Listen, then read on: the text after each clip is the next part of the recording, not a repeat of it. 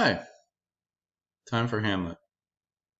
Hamlet is, as Greenblatt says in his preface, arguably the most popular of Shakespeare's plays. It's certainly very well known. People have turned Hamlet into a cottage industry all by itself with lots of allusions to it and lots of other works. And so there's really something about Hamlet that sets it apart in many ways from other popular Shakespeare. I don't think, I'm trying to think, is any other play, maybe Romeo and Juliet, just because it's well-known idea there too. But the characters of Romeo and Juliet don't strike me in the same way nearly as the character of Hamlet. And so I think about this play, and again, when I got the word that I was going to teach this class, Hamlet was unquestionably going to be on the syllabus. I mean, how could I not? I think the only one that I really thought about also was Macbeth. And that probably wouldn't have supplanted Hamlet. It might have supplanted Lear. But there's a lot of cultural allusions that spring from Hamlet. And why is that? Well, I think Hamlet, the character, as well as Hamlet the play, is open to so many different interpretations. I once saw Hamlet done at the Old Globe here in San Diego by Campbell Scott. If you're not familiar with him, he's George C. Scott's son. He's had a pretty decent acting career. He was a little bit more famous when he first came out, just because I think he was dating Julia Roberts. So my wife and I went and saw him, and he did Hamlet almost as if he was on speed. Maybe he was on speed, I don't know. I mean, the lines were just ripping through. Frankly, I didn't like it. But that's the thing. There's so many different ways to try to do Hamlet. He's a character who basically is a sponge, right? I mean, he absorbs so much. What is he about? Why does he feel the way he does? Why doesn't he act sooner? Why does he treat Ophelia that way? Why does he treat his mother that way? Why should he even believe the ghost? What has he got hung up on his father? Has he got daddy issues? Right? I mean, there's so many things that you can do and say about Hamlet. Now, as I already mentioned in the tragedy video, Hamlet is a revenge tragedy. It's a certain kind of type of tragedy that was popular in the Elizabethan era, and featuring ghosts and featuring lots of killing on the stage, right?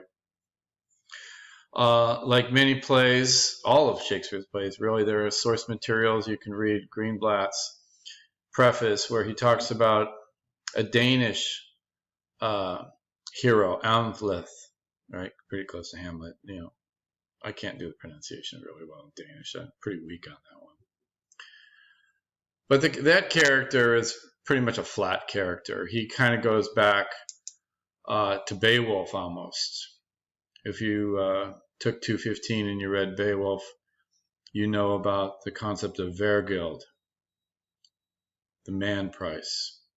So that when somebody kills one of yours, you got to kill one of theirs. And so if your father is killed by your uncle, you got to kill your uncle. It's pretty straightforward, actually. And in the Danish version, as Greenblatt points out, the main character has no doubt, no issues about doing it whatsoever, right? But Hamlet is constantly questioning. He is hyper-conscious, hyper-aware. And for this reason, I put out the question, is he really a first real true modern personality? This hyper-conscious, always questioning himself and why he's doing what he's doing, or why he's not doing what he's doing, right? There is a certain lack of certainty. The ground is constantly shifting under Hamlet. He doesn't know who to trust. He can't even trust himself. He's got friends who come back and basically are trying to maneuver him. Rosencrantz and Guildenstern. By the way, if you're not familiar with the play, Rosencrantz and Guildenstern Are Dead by Tom Stoppard, it's definitely worth a peek if you ever get an opportunity. Kind of takes a totally different twist on those two guys. Right? Totally different. But he doesn't know who to trust. Can't trust his mother. Certainly can't trust the uncle who's taken over his father's throne. What to do, right? What to do? And so Hamlet runs around pretending to be insane. Or, as Greenblatt asks, is he really pretending? Or is he really insane? Pretending to be sane. He's got sanity and insanity, and he's got it all. Hamlet is famously described, especially by Laurence Olivier, at the beginning of his version of Hamlet, as a man who could not make up his mind.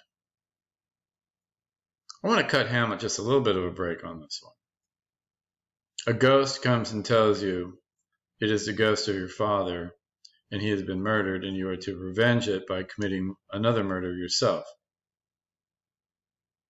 You might consider that the ghost is lying. You might want some more definitive proof. Right? After all, the devil does take unusual forms. So he sets up his mousetrap, right? The play within the play, which would portray the circumstances of the death of his father. Oh, by the way, Freud fans, what's Hamlet's father's name? Hamlet. All right, so Hamlet's really Hamlet Jr. Oh my God. By the way, I personally, when I had my boys, I said one thing I'm not doing is naming my kids Junior, because life is hard enough as it is without that.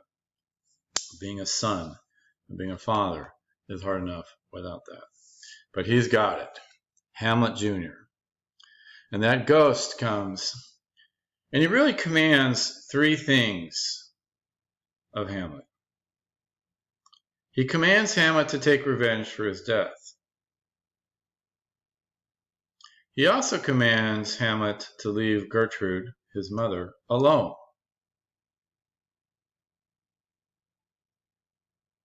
And he commands him to remember.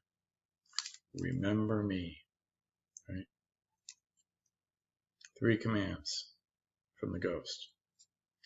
And these drive Hamlet. Right? The issue of Gertrude, of course, has famously gotten a lot of attention, especially in the 20th century when Freudianism was all the rage. It's kind of not so much the rage anymore, but you can still have your mother fixation if you want. Hamlet, basically, though, there's all kinds of directions you can take with him. Right? Why is he this way? He talks about kind of a self of his own that is hidden. What does he mean?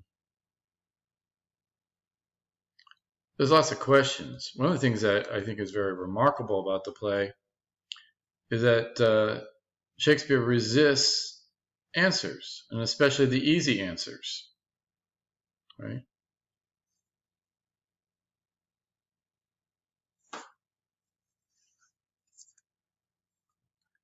As I said, Hamlet's a very modern character, super self-aware, super doubting, super questioning, to the point of paralysis. Do I hear J. Alfred Prufrock? No, maybe not, but didn't he mention something about Hamlet? No, not. He said he was not Hamlet. He connected himself more to Polonius, the ill-fated father of Ophelia, advisor to Claudius, father of Laertes, and spy master Although not really that good of a spy master, let's be frank about it. You hide behind a curtain and get caught and get the sword. That's not very good, right? We're constantly invited to question, like Prufrock. Prufrock is stuck in a certain sort of stasis, right? If you know the poem, I hope that most of you do.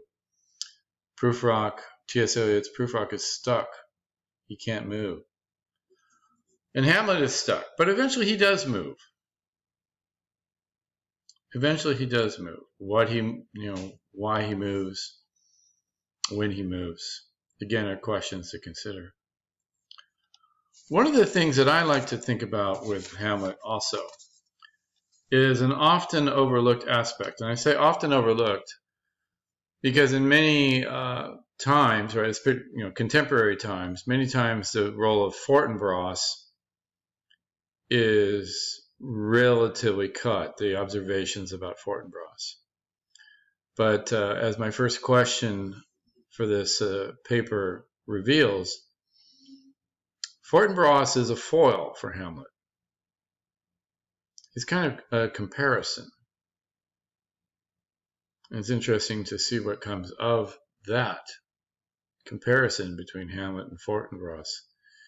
Two young men of essentially the same standing, but with different personalities, different actions. So I want to leave you with this, with Hamlet. I don't think there's one Hamlet. I think there are many Hamlets. Whether it's Campbell Scott's cocaine-fueled Hamlet, or some other Hamlet, something more like Laurence Olivier, or, shoot me for mentioning this, Mel Gibson. Not the best Hamlet I've ever seen, by the way. Not. He likes to play crazy pretty well. I guess it wasn't such a stretch. But there are many Hamlets. What do you think about what you think of Hamlet and why? Both the character and the play as a whole. There's so much to say. That's why it keeps on getting performed and read and discussed 400 some odd years later.